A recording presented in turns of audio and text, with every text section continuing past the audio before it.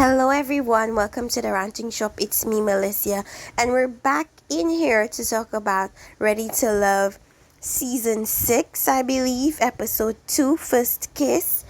And we know that last episode, Dominica and Cherise, aka Mean Girl, were put in the bottom. Now we know there's always one woman that's going to come back from the bottom, saved, and question everybody about why they were put in the bottom. And for this particular season, that is Dominica. Dominica is going around asking everybody why she was put in the bottom and acting like she's telling a joke when really she's dead serious and really wants to know why she was put in the bottom. They're making her or editing her to seem very, very annoying. From the get-go, they've made her seem annoying. So we're gonna look into how that progresses throughout the show. Remember, you guys, the first episode really gives you an idea of how that person is going to be edited moving forward. So we know that Dominica is loud. They make her seem annoying. So that could be what carries what she is gonna be like throughout the rest of the episode. They're also making Cherise seem very mean and disrespectful and a woman hater, so to speak. They're making Kayla look like a tattletale, a messy person. So we're gonna see how that goes. Let's get back into it. Now Randall is saying that it wasn't him, knowing damn well that he was one of those people that said that he wasn't really feeling Dominica like that. But he doesn't need to tell her anything, to be honest. And also, I feel like she should stop asking people why she was put in the bottom, because that is precisely why she'll end up back in the bottom. Because a lot of people are like very I don't know what word to use, but her personality is a lot, and yes. So in the very first episode, Calvin had to go home because of some medical emergency with his mom. And recently on Crystal XO, he mentioned that he was asked to come back, but he was just not in the mental space to do so, and that's completely understandable. This particular episode, Miss Looney has C19 and they didn't say she'd be staying for an extended period of time away. They said that she would sit out this week. So hopefully we're gonna see her next week in other episodes. Sean seems like he's interested in her because he's mentioning texting her later. But we shall see how that goes. I'm with Shakira. They should have gotten rid of one of the women at that pool party. I know why they kept them on, which is so annoying. It's because Dominica is this person that's full of personality, vivacious, to the point of being overwhelming, and that's good for TV. And Cherise is a mean girl that's gonna bring in the drama, and of course they can't let that go too soon. So we see her in other episodes in the previews, so she's definitely not going to be the one that's going to be sent home in this particular episode. It might very well be Dominica going home, but we shall see. So because Cherise was placed in the bottom, of course that's a big ego hit for her because she's light-skinned and a preference. So she's thinking she would never be placed in the bottom, at least not so soon. So she's kind of overcompensating this season, this episode, going to every man, stealing their time, stealing other women's time, and wanting to, I guess, persuade these men that she's worth keeping, I guess. Mission Kia is not very pleased with Cherise and the way she's like so pushy about talking to all these men. We also have Mr. Mike. Come to find out he has 2 children and may not really be enthused about having another child. And I actually forgot her name. She's been all up on Mike from the get go. She's kind of like, well, if you're not too keen on having children, then maybe we're not that aligned, or not as aligned as I would want us to be. And then we have Mr. Justice and April. And April from the get-go is so into justice. Now that is a huge issue that a lot of women find themselves caught up in, where we have this vision of this man, he's perfect, he's charming, he's everything, and forget to use our brains and be more logical about digging deeper into what else that person has to offer, and what are some things that may not be so favorable about that person. So I'm a little bit worried about April because she seems caught up in the charm of things. So Shakia kind of gave more insight to Samson about, being a single mom and raising her child by herself, and previously being married. She never expected to be divorced and none of these things, and nobody expects divorce, but I think Samson felt a little bit closer to her because he got a little bit more insight into who Shakia really is deep down and not just surface level. Now for me, Kayla is very outspoken. Kayla reminds me so much of Kyra, and also the girl that always wore fitness outfits on the dates. I forgot her name in the previous season. It's just this thing where you want to constantly be the center of attention. The way she just carries herself, I don't know. I don't know if I like her. That's the thing. I don't know quite yet.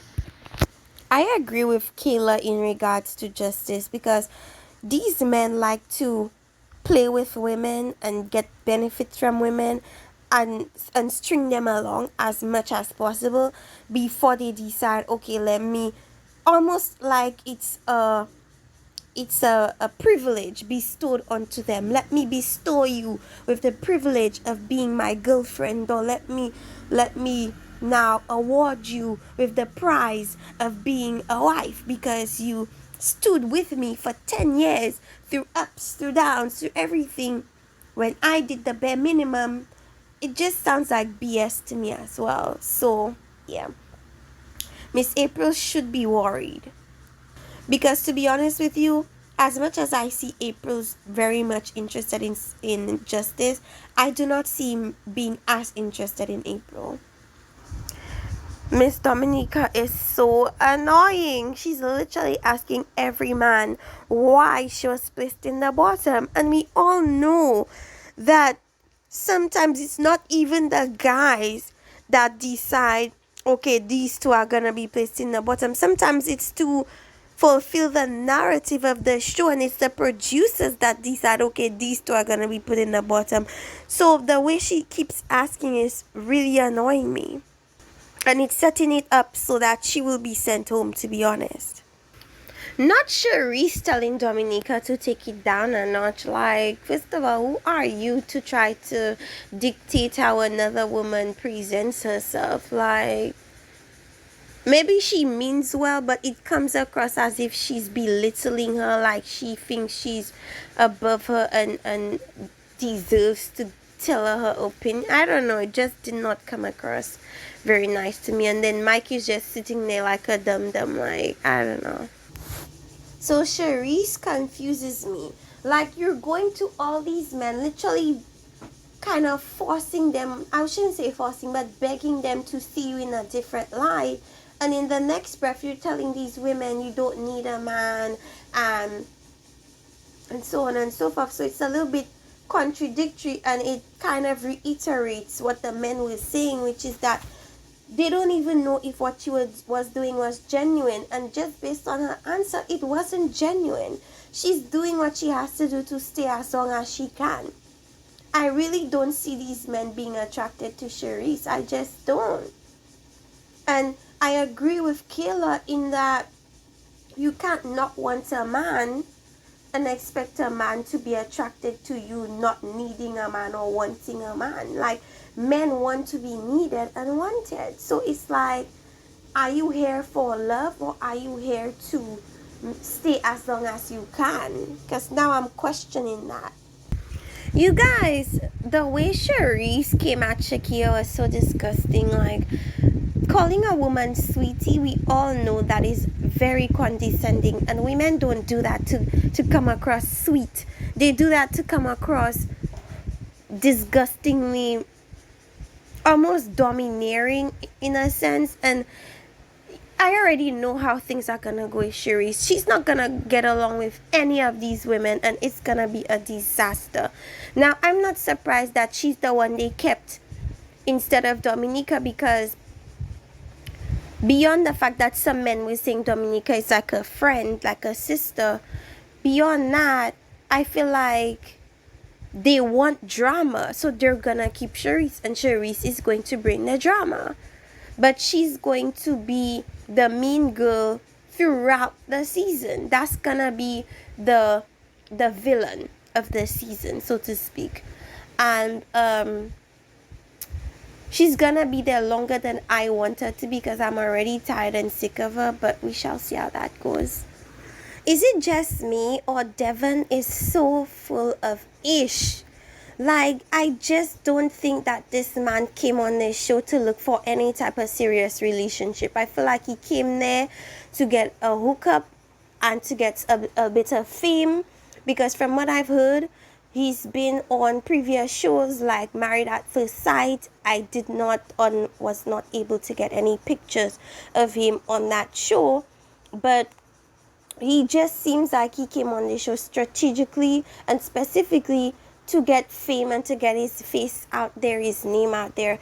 But I just cannot take this man seriously. I mean, KDN is asking him about his previous relationship, and the way he's responding is almost like, yeah, I messed up, but I don't really want to tell you what I did. It's like, it's crazy, because he seems like somebody that knowingly does terrible things but doesn't want people to blame him for his terrible actions. It almost seems as if he doesn't want to ever take accountability, but he wants to do what he wants to do regardless, and that's crazy to me. He comes to Charice's home, he didn't bring any type of gift, any type of nothing, no warm greetings, no, like, it seems like he has no home training, doesn't know how to put down a toilet seat. I don't know if he's joking or if he's seriously just a guy that has been catered to all his life. It just seems crazy to me. Cherise doesn't seem too interested in that aspect of it, but I feel like they both want to stay on the show as long as possible. So I believe that they might just cling to each other if it would mean that they would end up lasting throughout the show. I wouldn't be surprised. So I noticed a lot of people were absent from Charice's Taco Tuesday, including Shakia. I didn't see Shakia there, or I didn't see Samson there. I did not see Alonzo there, not to my recollection. So I don't know if they were not there because they don't really like Cherise, or if they were not there because they couldn't make it, but a lot of people were absent. I didn't see Jamila as well. Maybe she was there, I didn't see her, I don't remember. But the whole thing about Randall calling him a king, basically implying that he hasn't done anything worthy of fixing him a plate. Why are women fixing him plates? I mean, she did, in my opinion, because she was trying to lie and make it seem like she didn't say it. What she said was blah, blah, blah, blah, blah. And I'm really happy that Randall was like, you said both. You said this positive thing, but you also said this negative thing. Because I feel like a lot of people feel like if they say a negative, but they put a positive next to it, it kind of cancels out the negative, when all it does is make people see that you're just a BSer, like you're somebody that likes to spew BS, and you think that doing something good is gonna cancel what you did that was bad. And then I'm glad that he stood firm and he's like, no, you said that ish, own up to it, you said that ish. And then she tries to flip it again and say, oh well, I think that you're a king, and so if you don't see yourself as a king, then I'll just call you Randall. You know good and damn well that you called him a king in a way that was condescending, and it wasn't to necessarily praise him. It was more so to mock him and the women catering to him. Just be honest, Cherise. And that is why the men don't think you're genuine. So I noticed that everyone that went on the bowling date were everyone that were not at Cherise's Taco Tuesday event. And those are all people that don't really like Cherise. So I'm thinking, was it strategic or was it just people went where they felt more comfortable? Who knows? This is a side note. Like, I know that between Kayla and Shakira, Kayla is the youngest, right? However, for some reason, Shakira comes off as the youngest one. For her age, she looks so young. She looks like she's 25, and actually, it's Kayla that comes across a little bit older, But anyways, I'm happy to see that the connection between Samson and Shakira are blossoming into something. So Swayze has a thing for older women. His last relationship was with someone that was 8 years older than him. Now let's address what he said in the first episode. He mentioned he was 16 or 14 and the woman in question was in her 20s. And he was using it as a way to state that he was mature because he dates much older women. But one has nothing to do with the other. We all know that maturity doesn't necessarily come with age. As much as people think it should, it oftentimes does not. So him being a child dating an older woman doesn't mean that he was mature. It just meant that he was taken advantage of by an older woman. And that's the problem with a lot of these young teenage boys, thinking that because they get an older woman or because they have been with an older woman, that makes them mature. Actually, it makes you look even more childish because you're not even understanding that in that type of dynamic, you were taken advantage of. In that type of dynamic, you were used, but for some odd reason, they never see it that way. Let's get right back into it. Okay, now Kayla. Now remember in the first episode, Kayla spoke a lot about her having a YouTube channel and it being a big deal. Well, she was part of someone else's YouTube channel. I think it's called the Lapif Network. I suppose it's more of like a panel discussion about various social issues and things like that. She's extremely opinionated and very, very strong-minded. As far as her own YouTube channel, I searched, it's called Kayla.com, and because she mentioned her channel being a big deal, I'm thinking, oh, it's probably over 100,000 followers.